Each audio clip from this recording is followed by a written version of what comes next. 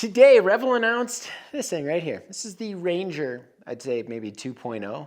While it might not look too different from the original version, there are a few updates that they made to improve the ride quality of the bike.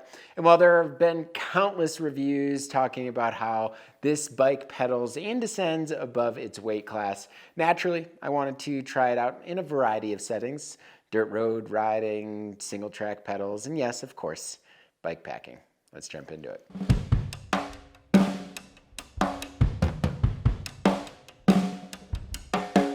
Now, my guess is many of you have heard of Revel or Wise cycles by now, especially if you follow BIKEPACKING.com. And recently, Revel actually absorbed Wise cycles, which just makes a lot of sense. But Revel is still a relatively young brand, only at about 4 years old now. But they certainly have made an impact or a stamp in the cycling world in the short term. But you might be asking, Neil, why are you reviewing a full sus bike before titanium hardtail from Revel? Well, if you know me, I much prefer mountain biking than any other riding. 9 out of 10 of my rides are typically on single track and typically on a full suspension bike. I find that full suspension bikes are simply more fun, more capable, and more comfortable. And while maybe not the most ideal for bike packing, to me, they are a must on routes such as the Colorado or Arizona trails. I've done both routes on hardtails and full suspension bikes, and I've told myself, no more hardtails on those routes. And that's where these shorter travel full suspension bikes come into play. I've been bike packing on them for a really long time now, and when Revel introduced the Ranger back in 2020, I knew it would be right up my alley. So the Ranger is fully carbon, front triangle, rear triangle, links, clevis, you name it.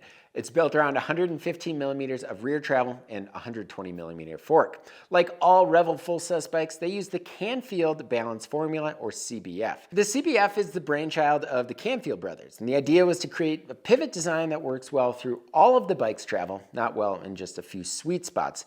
And they did this by focusing the pivot around the center of curvature instead of the instant center, while also dialing the anti-squat and anti-rise with the CBF design. They created a bike that is balanced, giving you very efficient pedaling capabilities, but not at the expense of quality descending. So it's an interesting design to look at and to read about, but really there's no true way to understand it until you actually get on a bike with CBF. So with that knowledge, I was super excited to test the bike and try to understand what the hype was all about. And after my first few rides on the bike, there's a certain unique characteristic.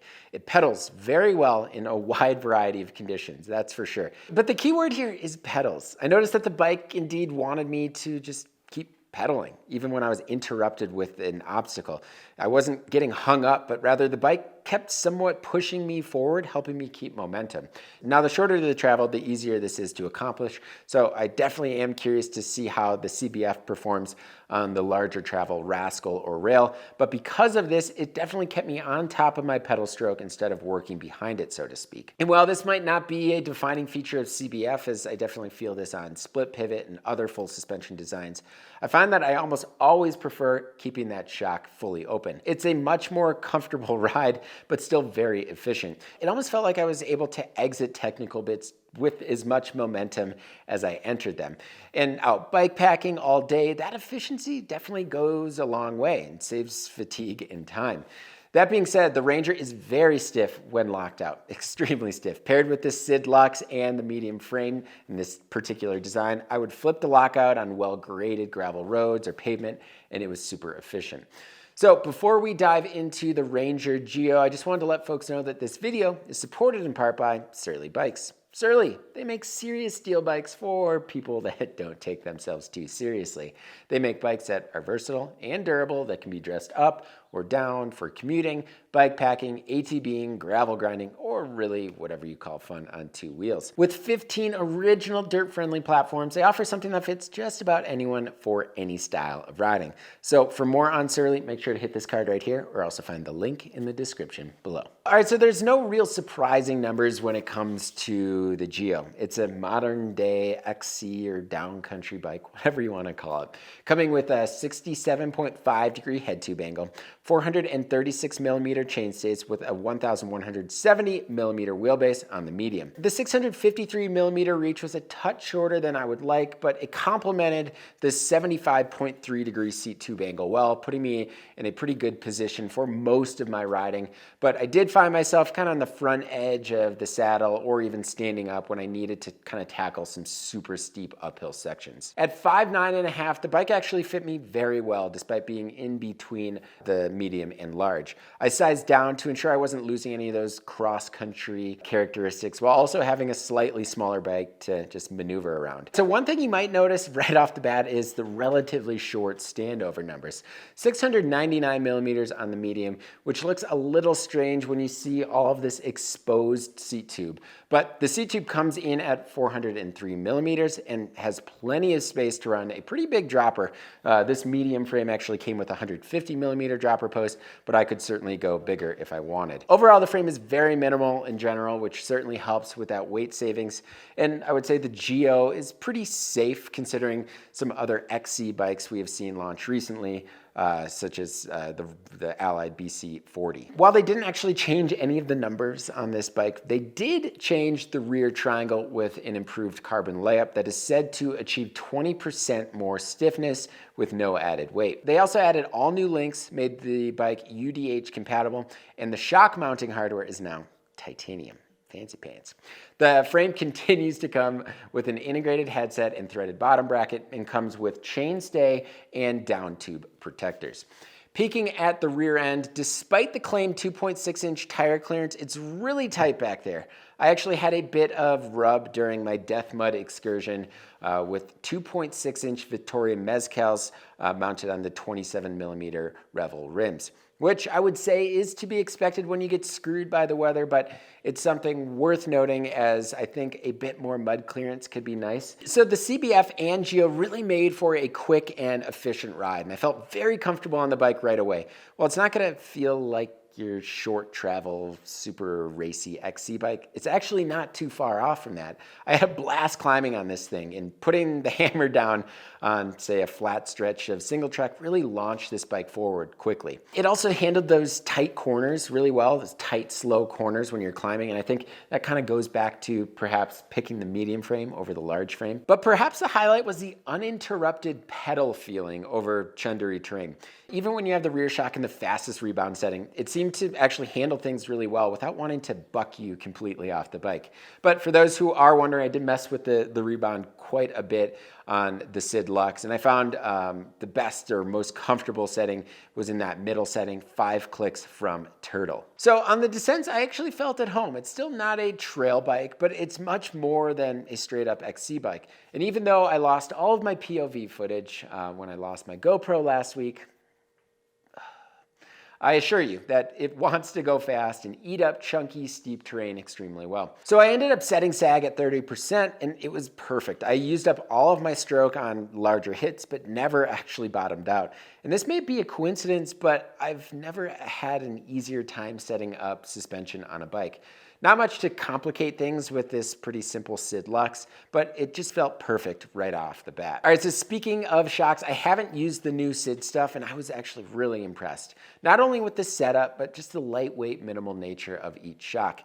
I guess my one gripe I have is that you need a 2 millimeter to adjust the rebound on the rear shock, but if you have a Sid fork, the rebound knob actually turns into a 2 millimeter tool, so you can easily adjust the shock by pulling that out. I really like that. That's kind of unique. The fork was a bit more challenging to dial in, but man, this thing is nothing like the noodle my last Sid was. The fork felt very similar to my Fit 4 Fox 34, and both lockouts on the shock and fork make this bike impressively rigid. So as I mentioned earlier, the bike is now built around SRAM's Universal Derailleur Hanger, or UDH. And this particular EXO build came with the new Eagle transmission, which I should note we reviewed a few weeks ago, and I'm now proud to say we did so on an embargoed bike. We seized the moment as we were unable to get a bike or a group from SRAM.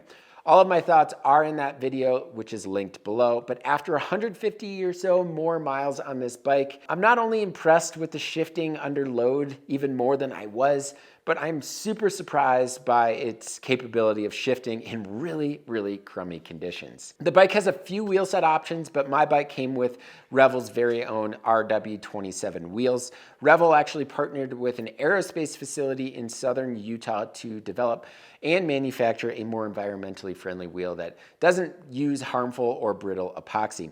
Revel claims that the wheels are toughened high-performance composite polymer that makes for a significantly more durable, lighter, and better riding wheel. The bike as a whole felt very comfortable, and I assume the wheels have a touch to do with that. However, I would have loved to see the 30mm rims on this particular bike because, yeah, more volume. More volume's better. Speaking of volume, I've been on a 2.6-inch tire kick over the last 2 years or so, and anything smaller just feels a little weird. That said, I do love this tire spec. Not only is the Dissector and Recon beefier than your typical tire on a shorter travel full-size bike, it's a testament to what this bike is built to handle. And despite the beefy looking knobs on the Dissector, this thing rolls really, really well. And I love the Recon's predictability as a rear tire. That said, if I was to keep this bike, I would for sure throw perhaps a 2.6-inch Victoria Agaro front and rear on these wheels. Finally, the bike comes with a lovely new bikepacker-friendly SRAM level brakes, but it appears that we now need to be concerned about cable rub on the bar itself. That's pretty funny. The bike also comes with a 31.6 Crank Brothers Highline 7 dropper with a very adjustable lever that I came to enjoy. It also comes with a 40mm stem across all sizes and Raceface Next 80mm carbon bars. Overall, I really love the components, and there's really not much I would change, to be honest, maybe outside of wider tires. So loading up the Ranger felt so good, just felt fantastic, grounded and predictable.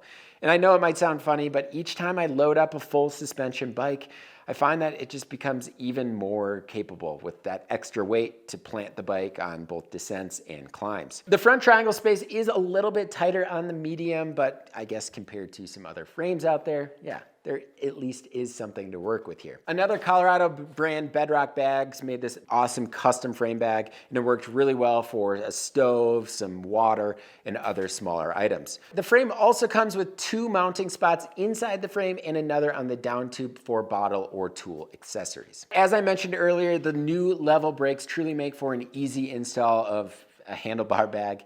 And I opted for a rear rack with the Old Man Mountain Fit Kit and the Old Man Mountain Elkhorn rack. I was a little hesitant to mount anything to the seat stay of the bike, but it ended up working out really well. It didn't move more than, I'd say, 1 millimeter, and it didn't scuff up the bike with the included thick frame saver tape. Stay tuned, I have a full rack guide video coming out in the coming weeks. So there's no denying that Revel is closer to your high-end bike, but you can see why. They've invested in a pretty great suspension design.